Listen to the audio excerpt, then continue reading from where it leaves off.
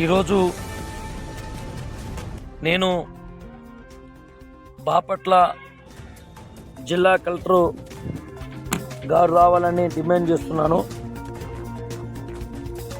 బాపట్ల జిల్లా స్థాయిలో వికలాంగులకు గత 30 సంవత్సరాల నుంచి పింఛన్ తీసుకుంటున్న వాళ్లకు వార్డు సచివాలయం ద్వారా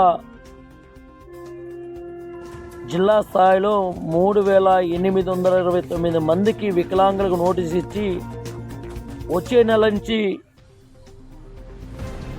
నెల నుంచి వికలాంగులకు పింఛను ఇవ్వమని వార్డు సచివాలయ అధికారులు తెలియజేశారు. ఈ యొక్క